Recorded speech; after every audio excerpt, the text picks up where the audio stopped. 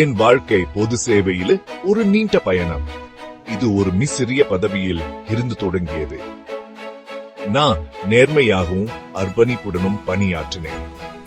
மெதுவா படிப்படியா என் வாழ்க்கை படிகள் உயர்ந்தேன். நான் ஒரு அலுவலகத்திலிருந்து மற்றொரு அலுவலகத்திற்கு மாறி புதிய அனுபவங்களையும் பொறுப்புகளையும் பெற்றேன். ஒவ்வொரு பதவியும் ஒரு பாடம்.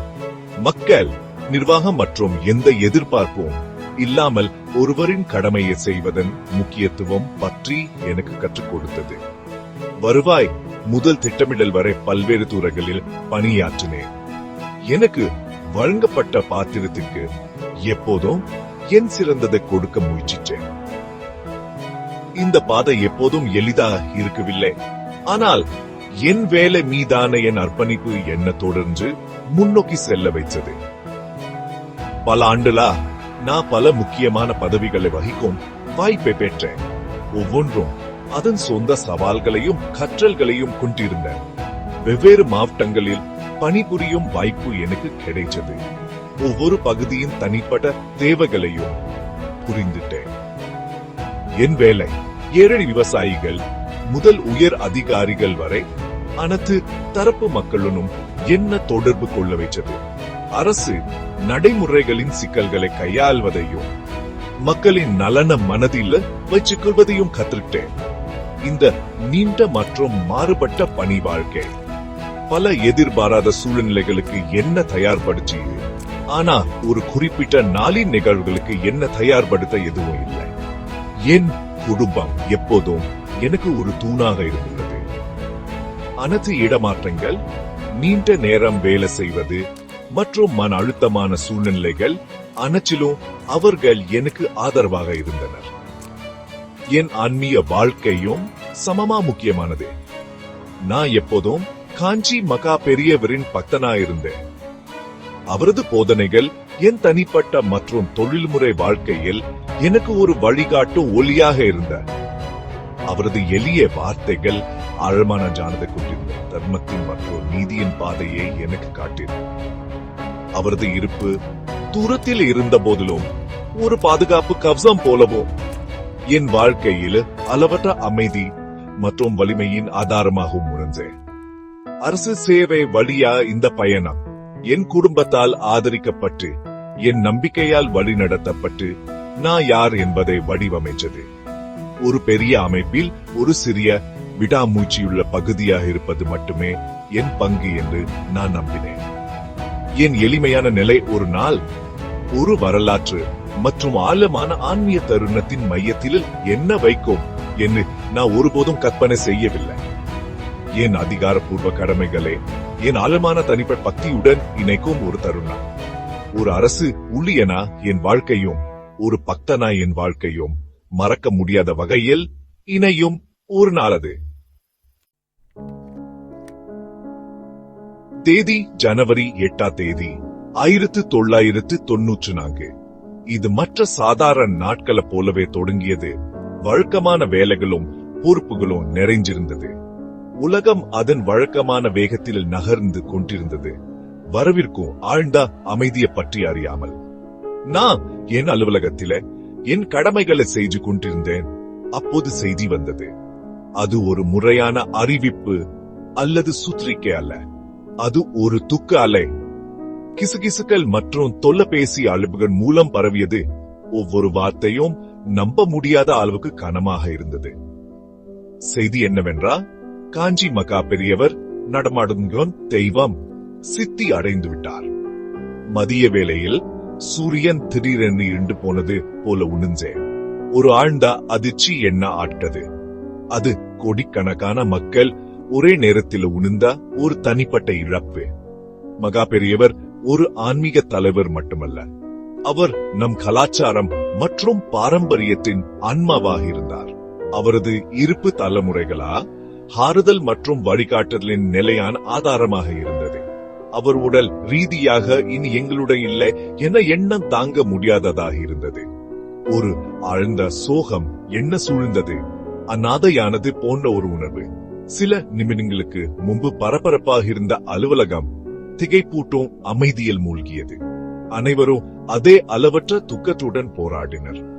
அன்று மாலை நான் வீடு திரும்பிய போது சூழ்நிலை சோகமாக இருந்தது. என் குடும்ப உறுப்பினர்களும் அதே அளவு மனமுடைஞ்சிருந்தனர். நாங்கள் ஒன்றாக அமர்ந்து எங்கள் துக்கத்தை பகிர்ந்து கொண்டோம். ஒருவருக்கொருவர் முன்னிலையில ஆறுதல் கண்டோம். கண்ணீர் இருந்தது. ஆனா நாங்கள் இழந்த அந்த மகத்தான ஆன்மாவை பற்றி ஒரு பகிரப்பட்ட புரிதலும் இருந்தது. பெரியவர் எனக்கு எவ்வளவு முக்கியமானவர் என்பதை என் மனைவியும் குழந்தைகளும் அறிஞ்சிருந்தனர். இது எனக்கு ஒரு பொது நிகழ்வு மட்டுமல்ல, துக்கத்தின் ஒரு ஆழமான தனிப்பட்ட தருணம் என்பதை புரிந்துட்டு அவர்கள் எனக்கு ஆதரவு அளித்தனர். அவர்களின் அமைதியான வலிமை வரவிருக்கும் கடினமான பணிகளை எதிர்கொள்ள எனக்கு தைரியம் அளித்தது. அளவற்ற துக்கத்தின் அந்த தருணத்தில் ஒரு கடமை உணர்வு வெளிப்படத் தொடங்கியது.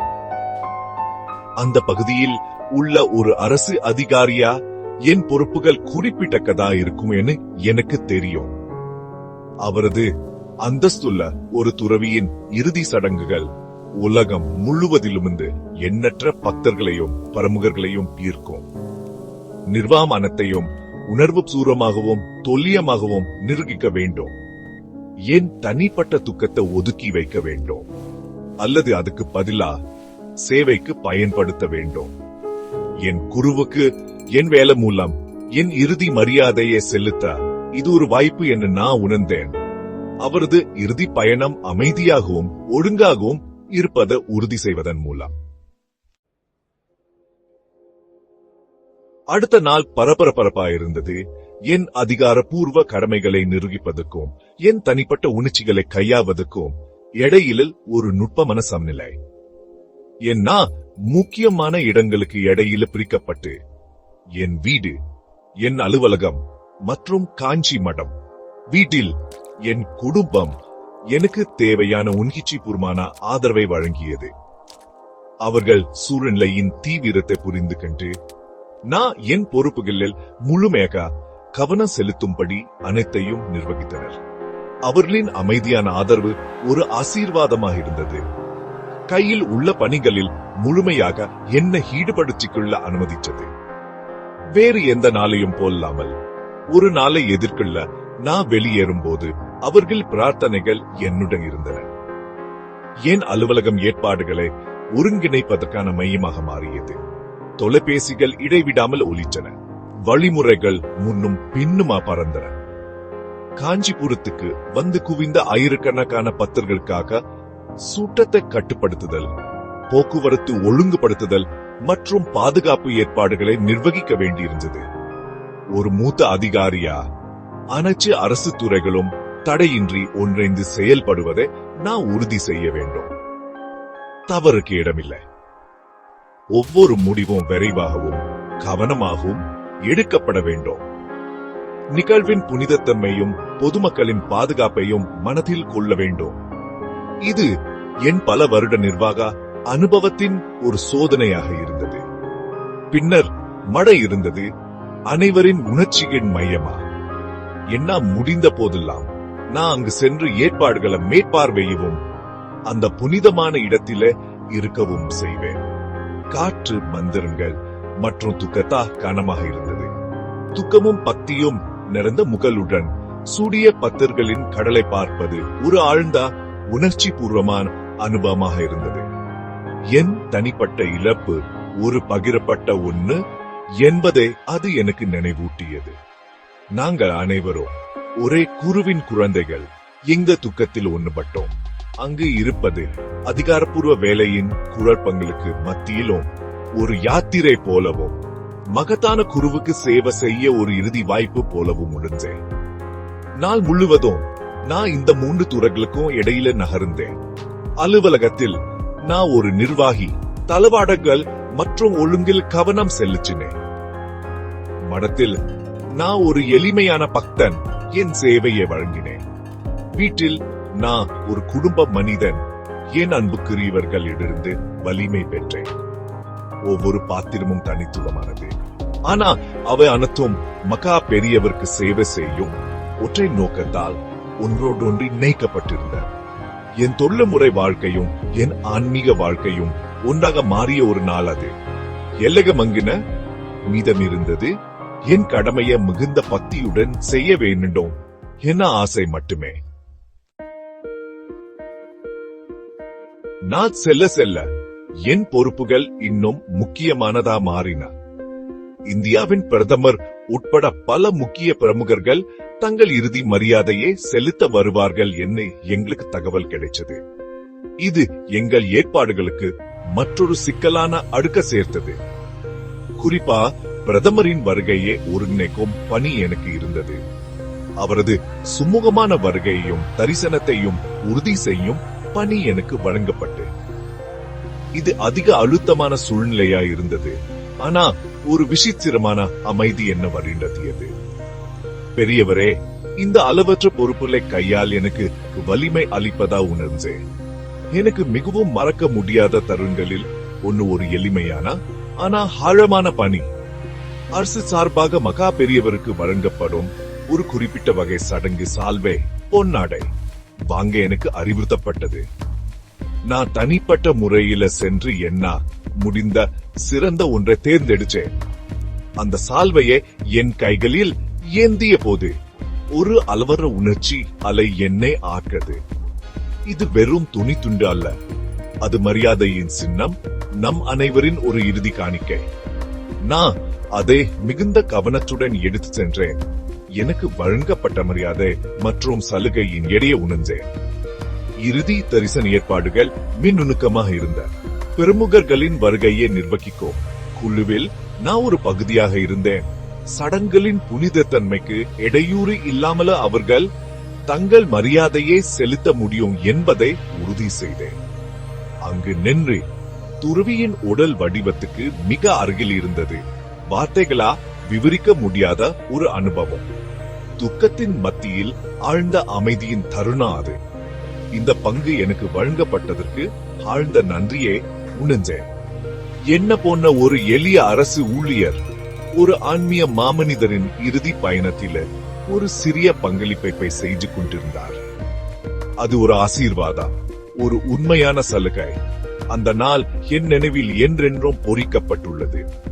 அது மிகுந்த துக்கத்தின் நாள், ஆனால் அளவற்ற பெருமை மற்றும் நிறைவின் நாளும் சூட. என் குருவுக்கு அவரது இறுதி தருணங்களே சேவை செய்த உணர்வு என் வாழ்நாள் முழுவதும் என் இதயத்தில் நான் சுமக்கும் ஒரு பொக்கிஷம்.